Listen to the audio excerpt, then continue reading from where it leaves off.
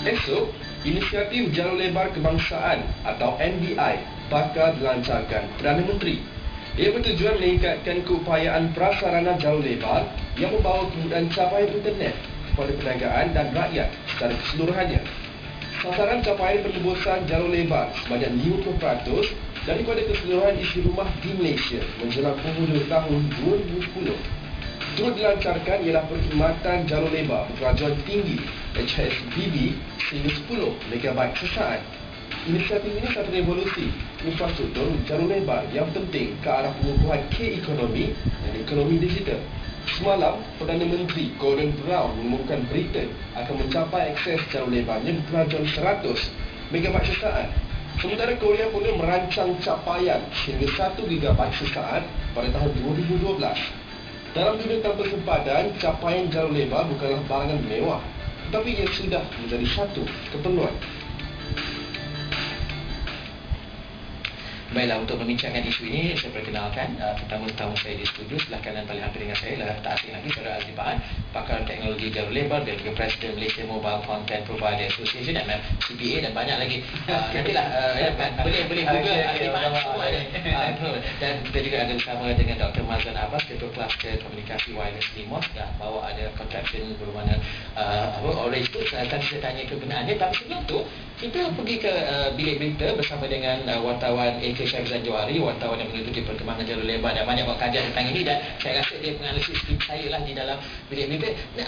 Bila kita bercakap tentang meningkatkan taraf hidup dan kualiti hidup rakyat Malaysia, bagaimana harus kita lihat ni? Kerana ramai yang berpendapat ya bagus kita ada jalur lebar berkelajuan tinggi, tapi kita tidak harus menjadi penerima pasif kandungan ataupun konten semata-mata, tetapi harus juga ada strategi bottom up di mana rakyat itu sendiri menggunakannya untuk memperbaiki hidup, kualiti hidup dan juga taraf hidup.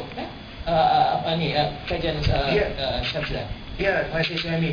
Tentunya dengan kelajuan lebih 10 MB per saat, ini sebenarnya boleh di Malaysia ini akan membolehkan semua rakyat Malaysia untuk pertama mencipta kandungan dan kemudian menjual dan menyiarkan kandungan mereka secara jelas, pantas dan segera melalui internet, dan ini akan mewujudkan demokrasi kandungan dan yang lebih penting Suhaimi, akan meningkatkan taraf hidup rakyat Malaysia.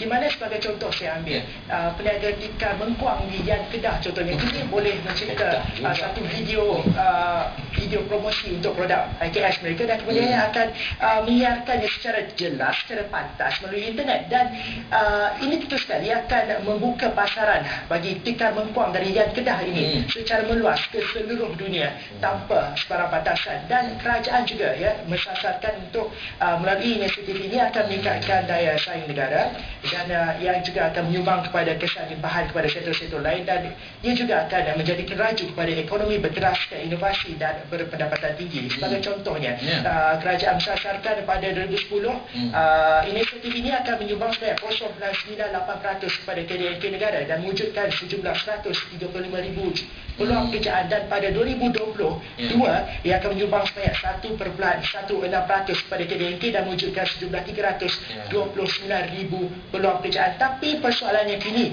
apakah kesediaan bagi infrastruktur ini di seluruh negara dan kemudian kesediaan rakyat, dan juga penting apakah kesediaan bagi ISP atau Internet Service Provider di Malaysia untuk menawarkan kelajuan dan perkhidmatan setanding dengan negara-negara yang mendahului.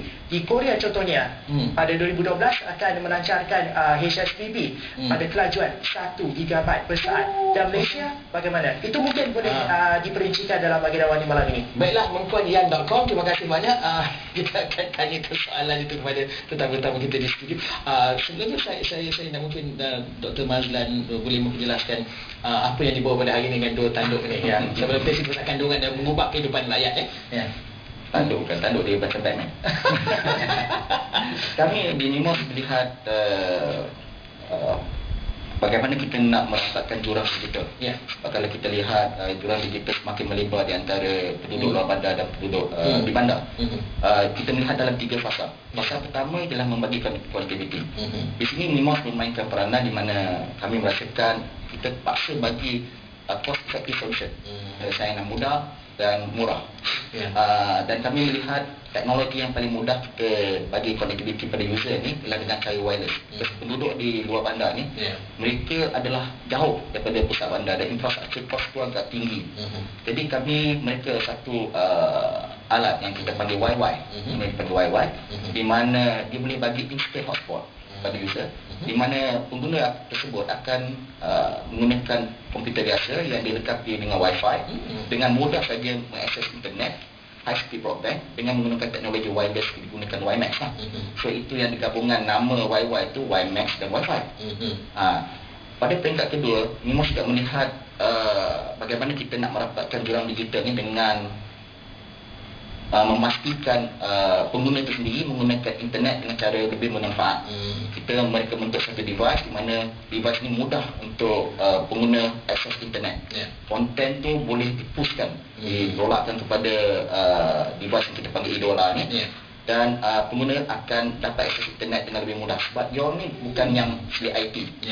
Penduduk di luar bandar bukan ahli IT. Dan kalau di fasa ketiga kita melihat bila dia menggunakan internet dengan cara bermanfaat, dia dapat peluang yang lebih meluas, di mana dia boleh, macam tadi kita dengar, dia boleh memberi peluang untuk berniaga di internet. Kita ada portal yang dia boleh akses dan jual dia punya barangan di internet lah. Sebelum saya pergi pada saudara Azipah, di talian kita ialah saudara Reza Razali, Ketua Pegawai Eksekutif Keratotek.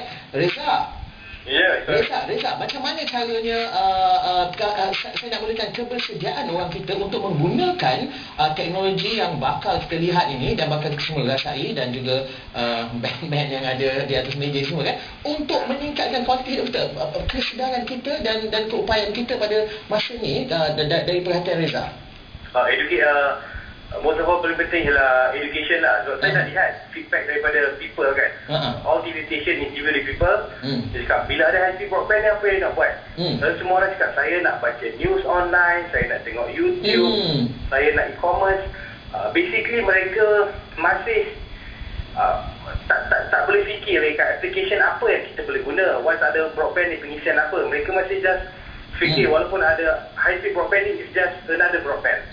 What should be done is the rakyat should be educated what kind of apa yang possible melalui broadband kan. Macam Khairul tadi kata pengusaha tikar mengkuang boleh promote produk more effectively kan, menggunakan video dan sebagainya.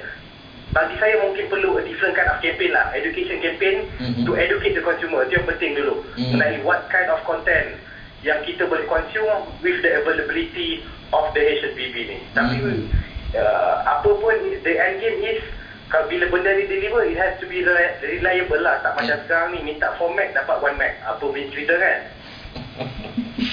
Okey. Harus saya pergi beristirahat dulu ke saya terus pada saudara? Saya rasa beristirahat dulu kan.